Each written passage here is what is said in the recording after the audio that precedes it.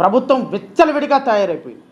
అవినీతి చేసే దాంట్లో బట్టలన్నీ ఇప్పి బేర్ బాడీతో నుంచొని మాకు డబ్బులు వస్తే చాలు మేము ఏ పని చేయటానికైనా సిద్ధమని తహసీల్దార్ దగ్గర నుంచి, డిప్యూటీ కలెక్టర్ దగ్గర నుంచి, ఆర్డీఓ దగ్గర నుంచి, కలెక్టర్ దగ్గర నుంచి, ప్రిన్సిపల్ సెక్రటరీ దగ్గర నుంచి, సిఆర్డిఏ దగ్గర నుంచి, ఇక వాట్ నాట్ మున్సిపల్ కమిషనర్లు, మున్సిపల్ కార్పొరేషన్ ఐఏఎస్ ఆఫీసర్లు, ఐపీఎస్ ఆఫీసర్లు, చైర్మన్లు, పోలీస్ ఆఫీసర్లు ఎంత దోచుకున్నామయ్యా అంటే ఎమ్మెల్యేలు, మంత్రులు, ఐఏఎస్ ఆఫీసర్లు, ఐపీఎస్ ఆఫీసర్లు తహసీల్దారు దగ్గర నుంచి ప్రజలను జలగల్లాగా పీల్చుకొని తిని ప్రకృతిని దోచుకుంటున్నారు, మట్టిని దోచుకుంటున్నారు, మైనింగ్ను దోచుకుంటున్నారు, గ్రానైట్ని దోచుకుంటున్నారు, లిక్కర్ను దోచుకుంటున్నారు, ఇసుకను దోచుకుంటున్నారు, వాట్ నాట్. ఈ రాష్ట్రంలో లా అండ్ ఆర్డర్ కంప్లీట్గా చతికిలబడిపోయి ప్రజలు ఎలా బతకాలో అర్థం కాని పరిస్థితుల్లో రాష్ట్రం అవినీతిమయంగా మారింది అని చెప్పడానికి కొన్ని ఆధారాలు రాష్ట్ర ప్రజల ముందు పెట్టడానికి ఈరోజు ప్రెస్ మీట్.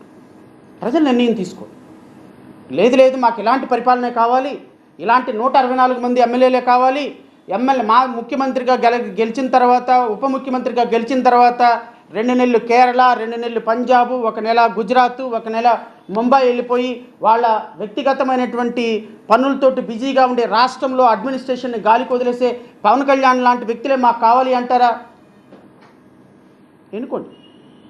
పవన్ కళ్యాణ్ ఎమ్మెల్యేలు ఎక్కడున్నారో ఎవరికి తెలియదు, పవన్ కళ్యాణ్ కార్యకర్తలు ఎక్కడున్నారో ఎవరికి తెలియదు, పవన్ కళ్యాణ్కి సంబంధించిన కార్పొరేషన్ చైర్మన్ పదవులు తీసుకున్న వాళ్ళు ఎక్కడున్నారో, ఏం చేస్తున్నారో ఎవరికి తెలియదు, రాష్ట్ర అభివృద్ధి ఏమైపోతుందో ఎవరు మాట్లాడటం లేదు, యువతకి ఏమైనా ఉద్యోగాలు వస్తాయా ఎవరు మాట్లాడటంలా, రాష్ట్రానికి కంపెనీలు వస్తున్నాయా, పేపర్ల మీద కంపెనీలు వస్తున్నాయి, రాష్ట్రంలో యువత పరిస్థితి ఏంటి అర్థం కావటంలా. సిగ్గు లేకుండా 75,000 ఇంజనీరింగ్ సీట్లు రిమైన్ అన్ఫిల్డ్. ఈరోజు పేపర్లో ఒక పెద్ద ఆర్టికల్ వచ్చింది, సిగ్గుపోయింది చూస్తే.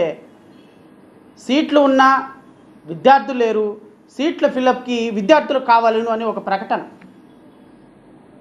ఆంధ్రప్రదేశ్ రాష్ట్రంలో ఈజ్ ఆఫ్ డూయింగ్ బిజినెస్లోనే భారతదేశంలో కాదు ప్రపంచంలోనే ఈజ్ ఆఫ్ డూయింగ్ బిజినెస్లో చాలా అద్భుతంగా ఉన్న ఆంధ్రప్రదేశ్ రాష్ట్రంలో 75,000 ఇంజనీరింగ్ కాలేజీ సీట్లు ఫిల్అప్ కాకుండా పెండింగ్ ఉన్న కారణంగా, ఆ కాలేజీల్లో చేరడానికి విద్యార్థులు లేని కారణంగా ఈ రాష్ట్ర ఆర్థిక పరిస్థితి, ఈ రాష్ట్రంలో విద్యార్థుల పరిస్థితి ఏంటో ఒక్కసారి గమనించమని రాష్ట్ర ప్రజలను కోరుతున్నాం.